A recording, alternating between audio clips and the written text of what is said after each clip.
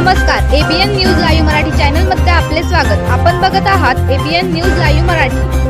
चांदवड तालुक्यात नरभक्षी बिबट्याच्या प्राणघातक हल्ल्यात 2 भाऊ झाले गंभीर जखमी, सुदैवाने जीवितहानी टळली।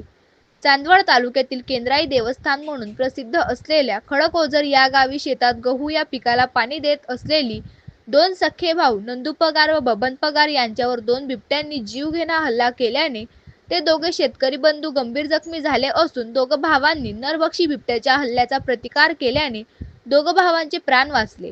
परिसरात नरभक्षी बिबट्याचा वावर असल्यामुळे शेतकऱ्यांमध्ये प्रचंड भीती निर्माण झालेली असून गेल्या अनेक दिवसांपासून या परिसरामध्ये बिबट्या असल्याची चर्चा होती। मात्र आज प्रत्यक्ष गावकऱ्यांनी बिबट्यांना पाहिले।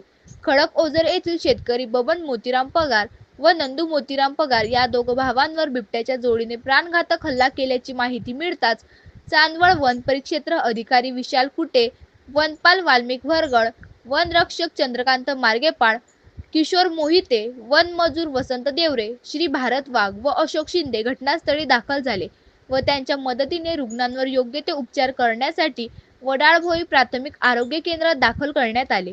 गेल्या अनेक दिवसांपासून या भागातील शेतकऱ्यांचे कुत्रे यांना बिबट्यांनी लक्ष्य केले आणि आता थेट माणसांवरच चाल करीत असल्या कारणाने अनेक लोक भीतीच्या सावटाखाली आहे। खडकओझर, वडनेर, भैरव, शिरवाडी, वणी, खंडळवाडी, पिंपळनारे या परिसरात सतत बिबट्यांचा वावर असल्याने त्यांचा परिणाम शेतकऱ्यांच्या शेती कामगतीवर होत आहे। प्रतिनिधी किशोर बस्ते, कसबे, सुकेने।